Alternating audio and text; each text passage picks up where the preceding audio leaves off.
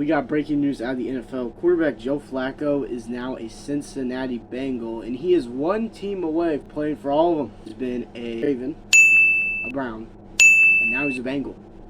That's 3 out of 4. If he signs with the Steelers next year as a backup for Will Howard or something like that, he will play for every AFC North team. That's not what we're discussing. We're going to discuss how this helps the Bengals and how it potentially helps the Browns more in the long run. Joe Flacco. Let me pull up the trade here. Here is the official ESPN article right here. And it says the Cincinnati Bengals turned their division rivals from a much-needed solution at quarterback, acquiring quarterback Joe Flacco in a trade with the Cleveland Browns. Cincinnati received a 2026 sixth-round pick with Joe Flacco in exchange for a fifth-round pick on Tuesday. Joe Burrow obviously has been out since week 2 with a turf toe injury. We're not sure if he's coming back this season. If the Bengals are in playoff contention, he might come back. If not, he probably will not come back. This comes after a couple days where head coach Zach Taylor said that they still had a lot of confidence in Jake Browning. And it's just last week, if you watch the game against the Lions, it was 28-3, and then the Bengals made it look somewhat respectable as Jake Browning did throw 3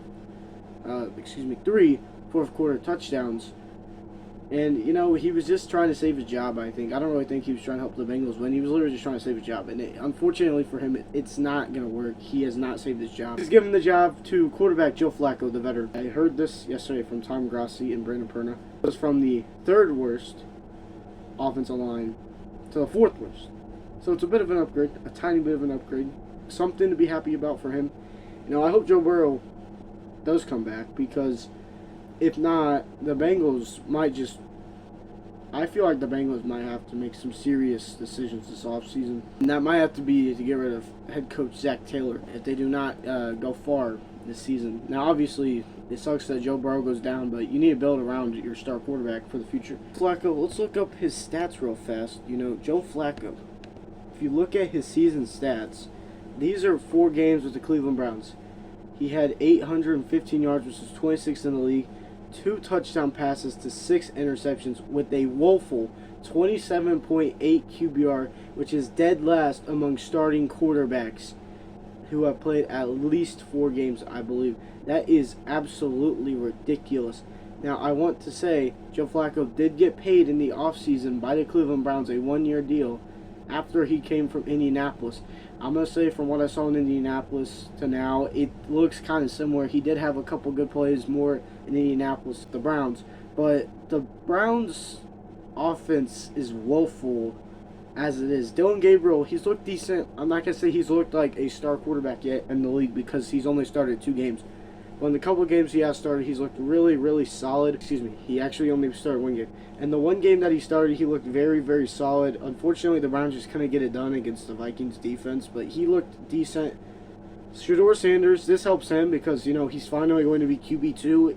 Even after some questions, Kevin Stefanski said that it was going to be between him and Bailey Zappi this week, and I guess Shedeur Sanders proved more that he is the backup of the Cleveland Browns. Brings up the question for them, and it's a little off topic. Does Deshaun Watson come back in this season perhaps and be their 3rd quarterback, or will they just kind of keep him on the physical unable to perform list for the whole season regardless and just let Bailey Zappi be their 3rd emergency quarterback? I'm not really sure, but we're not really talking about that. Joe Flacco is the new Bengals quarterback. And they announced that he's starting against Green Bay, like I said earlier.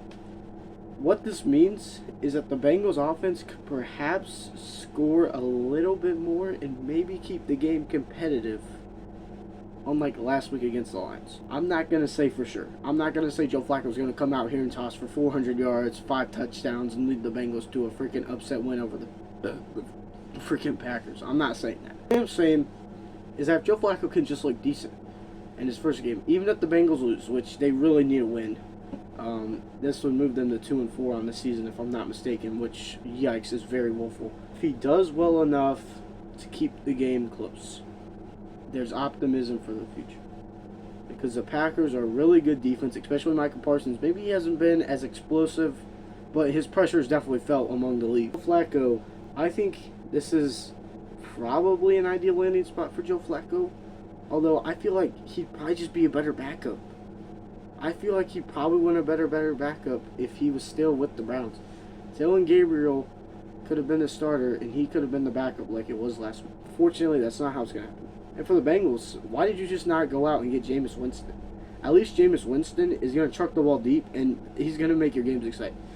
Don't get me wrong, Joe Flacco has his moments where he can throw beautiful deep balls, but at the same time, there's been moments this season where Joe Flacco just throws mind-numbing interceptions. I know Jameis would too, which is why they're very comparable, but Jameis Winston at least a little mobile. Joe Flacco might actually die behind this offensive line. And that's not to say that the Bengals offensive line, is like the worst in the league, because it's not, but it definitely is up there for one of the worst in the league. I'm going to go on ahead and do a trade grade real fast. I'm going to give the Cincinnati Bengals I'll give them a B. I'm not going to give them anything higher than a B. I guess I could give them a C, but I'll give them a B just because they got a warm-body quarterback that I think could succeed in this offense. If he dies behind that offensive line, you have to go back to Jake Brown and just call the season over. I'm not saying Jake Brown's the worst quarterback in the league, but I don't know. Maybe you should have went out and got Jameis Winston, if that does happen. And for the Browns, since you did move on from Joe Flacco, you did get a 5th-round pick, and you did give up a 6th. I'll give them a B2. I mean, not really a big trade, I would say, for the Browns as much as it is the Bengals. The Browns have their quarterback of the future in either Dylan Gabriel or Shedeur Sanders. I mean, the Bengals, this is probably just a 1-year rental for Joe Flacco. I'm not sure Joe Flacco lasts past this season if he doesn't do well. What do you guys think of this trade? What do you think is going to happen with the Bengals? Do you think the Bengals get the win on Sunday? Let me know in the comments down below. Thank you guys for watching, and I will see you guys later.